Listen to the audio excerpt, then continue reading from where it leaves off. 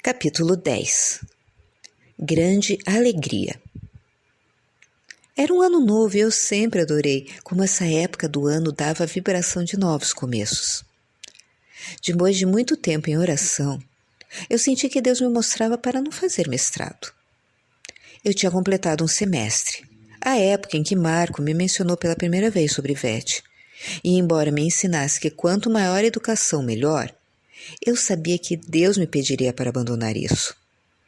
Eu não tenho nada contra, mas eu entendo que cada uma de nós tem a sua caminhada única.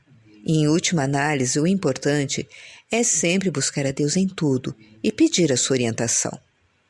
Então, em vez de buscar esse diploma, eu continuei os meus estudos em sua palavra e nos muitos livros que ele me levou a ler. É engraçado, porque eu nunca fui uma leitora, mas nesse curto espaço de tempo eu li mais livros do que em toda a minha vida. Também me concentrei em educar os meus filhos sobre Deus e sua palavra. Qualquer oportunidade que eu tive, eu compartilhei sobre ele e o seu amor. Sempre com a esperança de que também eles encontrem a sua relação pessoal e íntima com ele. Lembra como eu disse no começo que eu adorava música? Bem, eu me certifiquei de que todos os shows cristãos que aconteciam em nossa área estivéssemos lá. Eles eram meus parceiros e eu adorava passar tempo com eles. Eu realmente gostava da maternidade. Até as coisas com Marco estavam melhorando a cada dia. Eu mantive distância e dei espaço a ele, sabendo que ele ainda estava em um relacionamento com Ivete. Eu presumi que tudo estava indo bem com eles, mas houve um dia em que eu me lembro claramente que me mostrou o contrário. Marco e eu estávamos com as crianças em uma loja, comprando alguns itens. O telefone de Marco tocou e ele atendeu e foi embora. Eu não liguei para isso e eu continuei com as crianças. Aí aconteceu mais 3 vezes. O telefone dele tocou, ele ia embora e depois voltava. Finalmente aconteceu pela última vez, mas com esse telefonema ele não se afastou e estava claramente discutindo com a pessoa do outro lado da linha. Então, ouvi dizer o nome dela, Ivete, e soube que ele estava falando com ela. Eu não queria ouvir a conversa, mas simplesmente aconteceu assim. Pela primeira vez, Deus estava me mostrando que as coisas não estavam tão boas quanto eu pensava, ou pareciam, e que o relacionamento deles estava em dificuldades. Deus estava fazendo mudanças e cumprindo a sua promessa de que esse relacionamento um dia terminaria.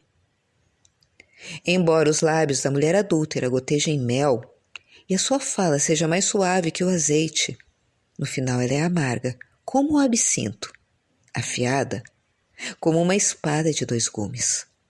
Provérbios 5, versículos 3 a 4. Semanas depois, eu vi o coração de Marco voltando lentamente para mim. Ele começou a se tornar mais amoroso e atencioso. Embora fôssemos amigos, ele não demonstrava nenhum carinho há algum tempo. Então tudo isso era novo para mim. Um dia, ele veio até mim do nada e me perguntou por que eu amava tanto, depois de tudo que ele fez comigo. Eu não respondi, eu apenas sorri e encolhi os ombros. A lembrança mais vívida foi quando um dia ele me ligou dizendo: Lota, eu sei o que eu estou fazendo é errado e eu quero voltar totalmente para você. Eu percebi que você é a única que vai amar a mim e as crianças do jeito que precisamos ser amados. Eu quero que você saiba que em breve eu terminarei com Ivete. Isso não aconteceu de imediato e no início eu fiquei desanimada.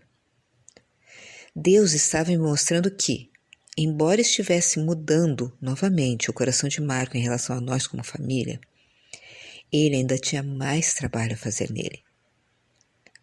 Havia laços com ela que só Deus poderia quebrar, então eu tive que esperar pacientemente que Deus terminasse o que ele começou. Eu não posso compartilhar muitos detalhes sobre como isso finalmente aconteceu. Não houve um dia ou hora definida em que eu pudesse dizer que Deus restaurou o meu casamento. Apenas os pequenos acontecimentos do coração de Marco voltando para casa e se tornando o meu marido novamente. Os telefonemas cessaram e as suas saídas foram diminuindo cada vez mais, até que tudo acabou. Ele agora estava totalmente comprometido comigo e com a sua família. Eu sabia que havia algo diferente em Marco, e isso não aconteceu da noite para o dia, mas gradualmente ocorreram mudanças. Eu realmente sabia que as coisas estavam diferentes com ele, quando um dia sua irmã veio até mim e disse: "Ei, o que está acontecendo com meu irmão?" E eu disse: "O que você quer dizer?" E então ela disse: "Bom, lembra quando ele levou meu amigo e eu para Miami Beach porque precisávamos de uma carona?"